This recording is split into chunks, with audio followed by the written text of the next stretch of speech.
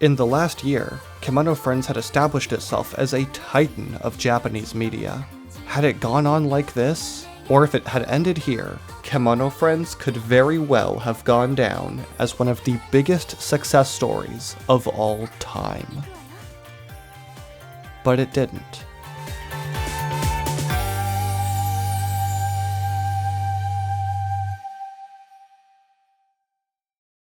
There are a lot of comments I could make here, but I'll just say that I hope Tatsuki lands on his feet. Tatsuki posted a startling update to his Twitter on September 25th, 2017. Out of the blue, with no warning, he shared this. It was suddenly decided that I'm no longer attached to the Kemono Friends anime. Apparently, this is from Kadokawa's notice. I'm sorry, and I'm also very disappointed. The responses were as you might expect. The decision to go with anyone other than Tatsuki as director would have been made on the expectations that the sales that have grown so much will probably last. His successor will carry a heavy cross over his shoulder. Good morning. Director Tatsuki announced on Twitter that he's left the Kemono Friends anime. I think that you directed a truly unique view of the world, and that this is very disappointing. I feel that there are numerous circumstances, but I want to hope that Serval-chan and Kaban continue to be happy. Special thanks to Samantha Ferreira, an apparent Kemono Friends superfan who compiled this information for us on Anime Herald. As early as one day after the tweet came out, it was announced that the entire staff of the anime had been dismissed. The new screen project, which was hinted at, would have to restart production from scratch. A second season of the anime would be released, but it would be made by an entirely different production company. The official Kemono Friends website posted an update of their own, explaining what happened from their perspective. This is its translation, provided by Anime Herald. Regarding Kemono Friends, we've already announced the creation of a new video project, but we're deliberating whether to continue with the same staff that we had at the start or present a new view under a new regime. It's a situation that we haven't decided upon yet. Under the current circumstances, we've prioritized using the same format as the anime TV series that aired from January to March of this year, adjusted to meet the expectations of viewers. However, animation company Yaoyorozu aims to withdraw from production. Currently, we're seeking to restart production from scratch. Under the philosophy of Animals First, the Kemono Friends franchise has grown with games, manga, anime, and stage shows by the hands of all people involved. We'd like to grow this wide world by opening doors and helping people who agree on the brand's core philosophy. For that reason, as a project not belonging to anybody, we've repeatedly acted as a Kemono friend for the animals. With that said, Yaoyorozu, who was in charge of producing the anime, made use of the franchise without sharing information or reaching out to all relevant parties. As a multimedia project, we wanted to continue with production.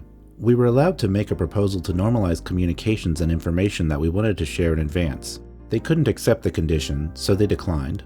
Regarding the Kemono Friends multimedia project, though it's partially stagnant due to the circumstances we outlined above, the Kemono Friends project will continue to protect the work of everybody who contributes, protect the fans, and continue to pursue activities to introduce the world to the animals. Regardless of the format, we will continue our efforts to resume reporting as soon as possible. Thank you for your future support of various Kemono Friends projects. Okay, so what exactly happened here? According to Kadokawa, Tatsuki had used the Kemono Friends property without seeking permission. It was a breach of contract, copyright infringement, and he was let go alongside his small team of animators. Fans quickly took to the arbiter of social change, change.org, and made a petition for Kadokawa to bring Tatsuki back. It reached nearly 50,000 signatures overnight. Nobuo Kawakami, the president of Kadokawa's parent company, informed fans that discussions were happening behind the scenes because he was afraid of the fallout from letting Tatsuki go, but nothing seemed to come of that. On December 27th, exactly 2 months after the initial update and shortly after the release of Japari Cafe 2, we would get another update. This time, it would be a set of tweets by Yoshitada Fukuhara, the same Fukuhara whose interview was such a source of knowledge earlier. This is a rough translation of what Fukuhara had to say on the matter. I'm very sorry for the fuss this time, and I apologize for making everyone anxious. This is the final report, but the decision to drop the second season has not been overturned. Together with managing director Inoue, we have been working as hard as we can to meet everyone's expectations, and we're very sorry that we were unable to do so. In March, we received a request for a second season and continued with production. but at a meeting held with the core members in early August, it was clearly stated that they would not be continuing with Yaoyorozu, and I understood that we were stepping down. To be honest, this was a sudden announcement for me, and I was confused as I did not understand what they were dissatisfied with. Regarding the information sharing mentioned in the official announcement on September 27th, Episode 12.1 was produced after reporting to the committee, and the collaborative videos with various companies were also produced at the official request of the committee. Yoshizaki-sensei also gave his permission to distribute the doujinshi at Comiket, and we distributed it with special permission. The collaboration video in particular had some strict conditions, but the production staff worked hard to meet them in the interest of fan service. I feel very sad that it has become the subject of skepticism and that some of it has not even been mentioned officially by Kemono Friends. We are extremely grateful to Managing Director Inoue for his sincere response on the occasion and his prompt investigation and adjustments. Lastly, I would like to thank all the fans for their support during production. I am sorry to have to give such unfortunate news. I am proud to have had the opportunity to work with you all, even though it was for a short time. Yeah, people were mad. Tatsuki's unique touch is what made Season 1 what it was, and suddenly he was being let go of future productions because of a supposed breach of contract which had no evidence supporting it. It seems to be agreed upon that episode 12.1 is what caused the problem. While Fukuhara did state that the episode was released after they reported it to the committee, we have no idea how long after or what type of permission they received when they reported it. On top of that, Tatsuki released it to his personal YouTube channel and called it an indie project. If I had to guess, it seems most likely that Tatsuki made episode 12.1 as a fan project, if anything, emboldened by the lenient guidelines for derivative works. However, by using official character models and because he represented the brand and thus the episode had significant business potential, the episode was considered a breach of contract, and there's no telling if the committee was comfortable with its release once it was reported to them. Again, this is all speculation, but based on the comment section of episode 12.1, something along these lines appears to be the common consensus. Rewatching episode 12.1 is pretty disturbing now. Like watching a group of people have a mundane conversation at a bar, all the while not realizing there's a bomb outside about to explode. Given the information we have, it's impossible to say who is truly in the wrong. But knowing what we know now, letting go of Tatsuki was absolutely the wrong move, regardless of their reasoning. Despite this drama, or perhaps in defiance of it, fans clamored to support Season 1. The Tokyo Anime Awards had been an annual event since 2002, awarding art which had achieved excellence in animation. Crunchyroll reported that for the 2018 awards, a popular vote was held for 539 works of film and TV animation that were screened or broadcast between the period of October 16, 2016 and October 14, 2017. From the results of this vote, the top 10 films and top 90 TV anime were selected for review by a panel of industry professionals who cast the final votes. For the Best of the Year category, the grand prize for Best Feature Film went to In This Corner of the World. In This Corner of the World is a sweeping wartime film centered around World War II. It follows a girl named Suzu who lives near Hiroshima, famously one of the two cities which would be bombed by America in 1945. Her husband is sent out to war in early 1945, leaving her alone with her brother, Yoichi, and her extended family. When the Americans launch their initial air raids, her town is bombed, and she loses one of her arms as well as her brother and niece in the blast. She has to dedicate herself to keeping alive what little family she has left in an attempt to stave off depression. This becomes impossible for her when she sees a sudden light in the distance and realizes that her hometown has just been destroyed in an atomic blast by the Americans.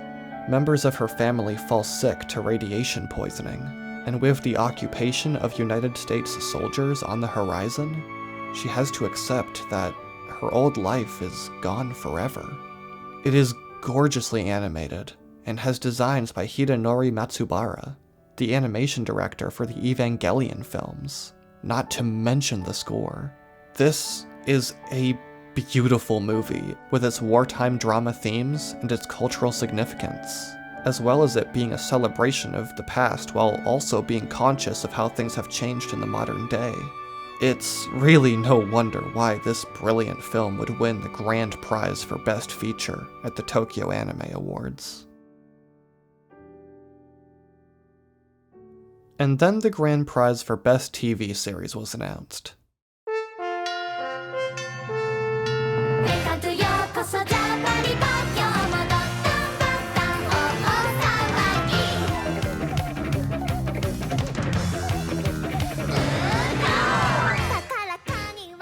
In a year when Yuri on Ice, My Hero Academia, and Konosuba all aired, Kemono Friends beat the competition and won the grand prize for Best Anime.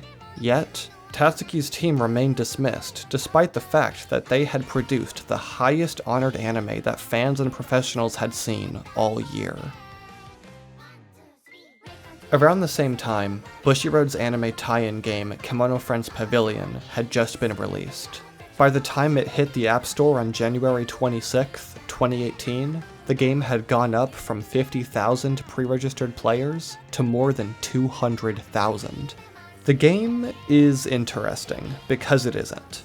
Rather than actively involving yourself in a story, the player takes on a more passive role in watching friends. It takes place back when Japari Park was still open, possibly in a similar era to the original mobile game.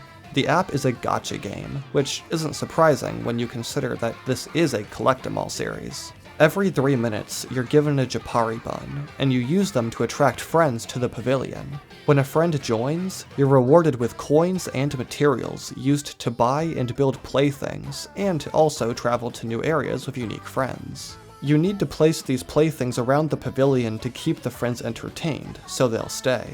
When multiple friends gather together, they can talk to each other, so you can see unique interactions with personalities based off of both the anime and the original game.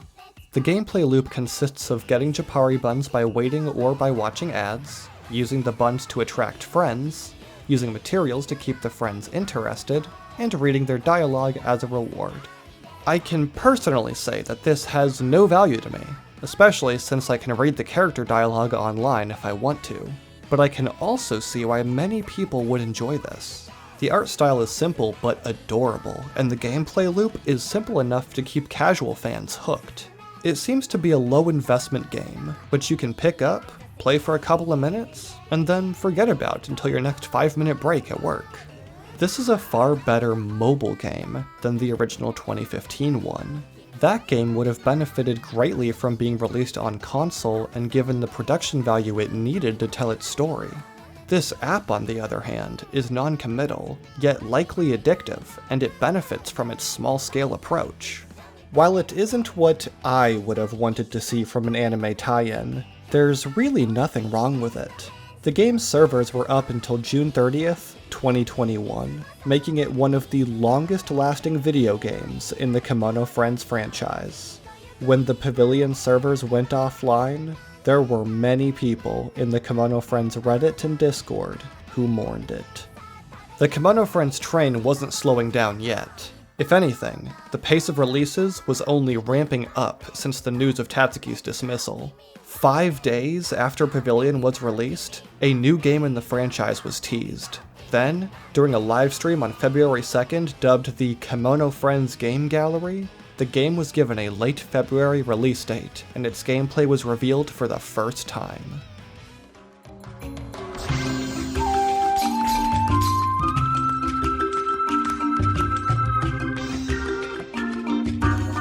It was a Bejeweled clone.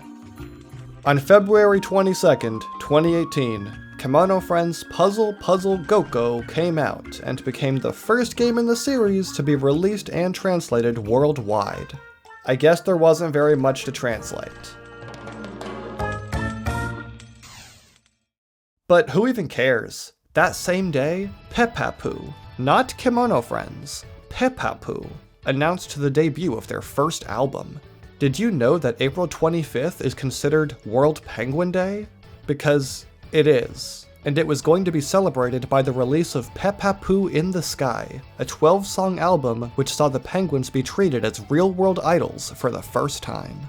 At this point, I feel like it's important to note that we have had a new release every month for the last 3 months, and we were about to have another announcement. 3 weeks later, on March 15th, the official Kemono Friends Twitter announced that they had launched a new website. This site was a countdown timer, and it was set to end on March 26th at 10:30 p.m. Japanese time. The name of the page? Kemono Friends. Project G. The Project G revealed all the way back in April the year before was getting an announcement date. Pavilion may have been a part of it, but now we were getting the big kahuna.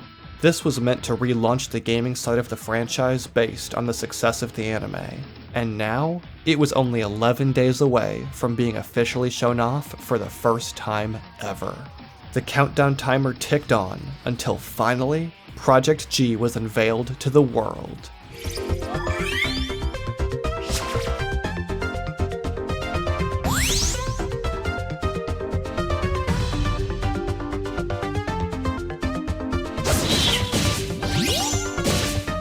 What is this?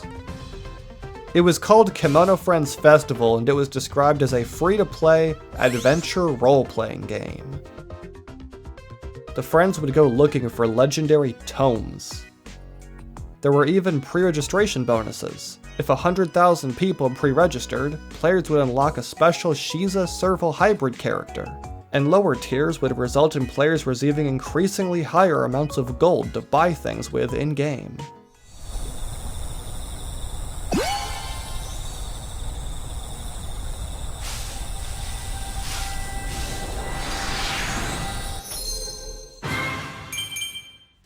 This video has 1.3 thousand views.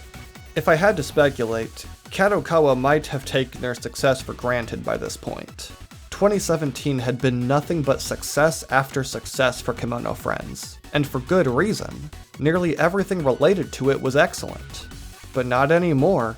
We got a bejeweled clone, and the Project G, which had been hyped up for nearly a year, looks like a less interesting version of the 2015 game, which infamously did poorly. I mean, what is this? Billiards? Kemono Friends Pool?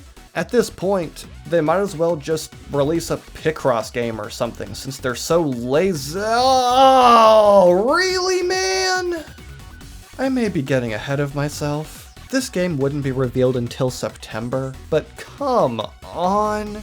Kadokawa was earning some really bad press, and a recycled logic puzzle game on the Nintendo Switch where you draw friends wasn't going to get them into anyone's good graces. If you want to play Picross, you can do it online for free. There's this great Greek tragedy which comes to mind here. It's about a man who sells his soul for success. His life may be incredible at first, but once push comes to shove, he's eaten alive by his own greed.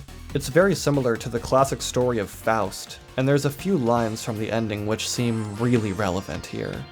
Then they offer you fortune and fame, love and money and instant acclaim. But whatever they offer you, don't feed the plans.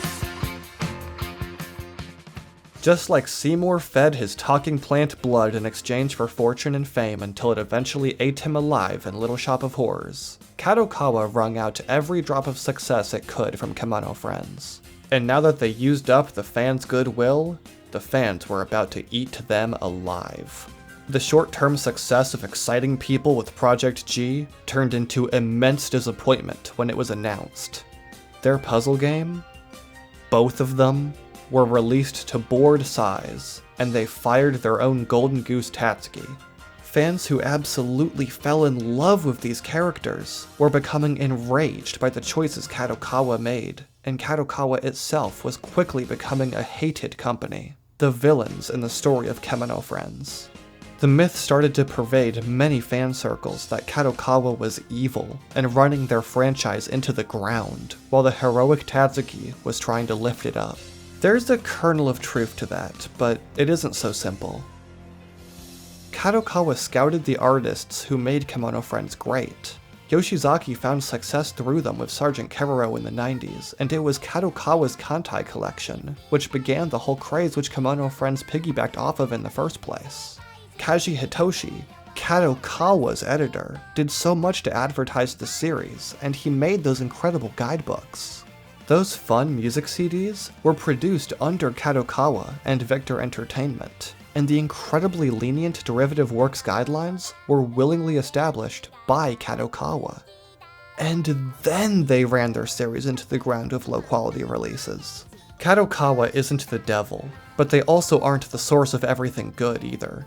Kemono Friends only exists because of how hard the people at Kadokawa worked to make it great. And when Kadokawa got selfish, things started to fall apart. It's their series, and most of the bad things happening to it are their fault. But they're also responsible for many of the good things which happened to it. And luckily, one of those good things came out on April 25th. Peppa in the Sky is one of my favorite albums. Like, in general.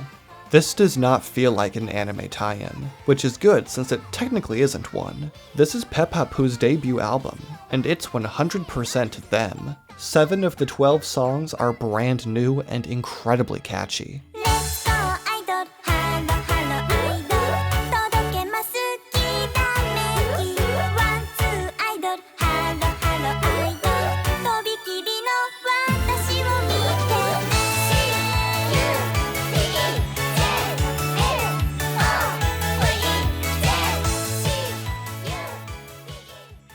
Each penguin gets a standalone song, and the other 7 are sung as a group. There are no forced references or cameos or audio dramas. If you played this for someone who had never heard of Kemono Friends, they'd think it was a charmingly obtuse standalone J-pop band.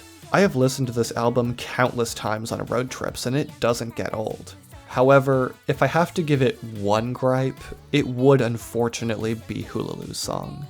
Hers is the only slow song, the others all being upbeat and cheerful. It's called Promise Song, and the combination of her purposely dopey singing and slow instrumentation can be ear-grating for me.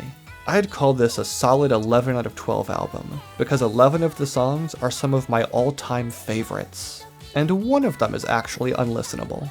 My personal highlights are Yume Miru Princess, Hello Idol, and First Penguin. This album begs the discussion of what makes music great. I'm not going to go on some big tangent about music theory. Heck, I don't even know music theory, but what I do know is that this album manages to be both overproduced and incredibly fun to listen to. It really understands what it means to be Tenoshi. I told my partner once that I loved this album not because it's technically beautiful, but because every time I listen to it, I feel happy. Isn't that what art is? Something that makes you feel an emotion? The emotion which Peppa in the Sky oozes with is joy. They're happy to be singing, and I'm happy to be listening to their singing. This is a must-listen for any Kemono Friends fan, and honestly, just anyone who enjoys this style of music at all. We also see Grape-kun again in this booklet. Nice!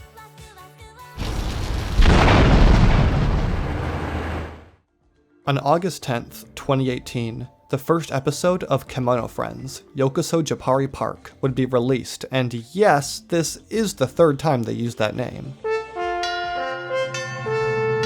It will be posted sporadically to the internet until its 36th and final episode aired more than 2 years later on September 30th, 2020. This net animation fulfilled an important yet completely unenviable role in the franchise, being a retelling of the original 2015 game based on Serval's memories of the events. It's important context to have in order to fully understand the series, but also, it looks like this. The original game's story wasn't deep enough to warrant a proper anime adaptation, but it was too important to forget about once it went offline, so we get this web animation which sorta feels like the worst of both worlds. No gameplay or animation. It's like a worse version of how some Kingdom Hearts games had their cutscenes squished into movies for players to watch in the HD Remix collection, because it would have been too difficult to port over their gameplay. Why does Roxas look like Ventus? It currently has a 5.91 out of 10 rating on my anime list, and I think that's fair. It does the same job as a fan wiki's plot synopsis, but with more style and less overall appeal. A big boy company would throw their hat into the ring on September 21st, 2018. Sega announced that they were working on a Kemono Friends game, but the only thing they confirmed was that the voice actors from the anime would be returning. 2 weeks later, Kemono Friends Picross was released on October 4th, 2018, and alongside it came another album, this time called Safari Drive. Out of the 4 Kemono Friends albums which I own, I would call this one my least favorite, but it's still quite good. Kemono Friends has fared well in the world of music. This album is sung exclusively by Dobutsu Biscuits, and it features Happy Biscuit on its tracklist, the main theme of Kemono Friends Picross. Its most notable songs to me are a Christmas version of Yokoso Japari Park A,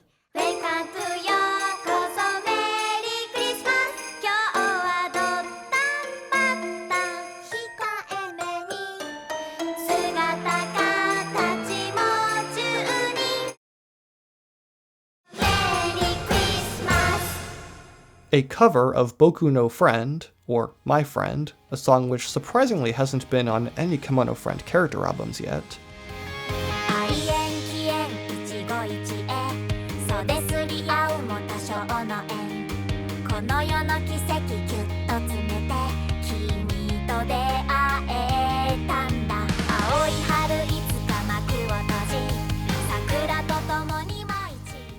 and lastly, Omakase Nanoda, which is a hardstyle song where half of the lyrics are Nanoda, because that's Arai-san's catchphrase and she's the only singer on this song.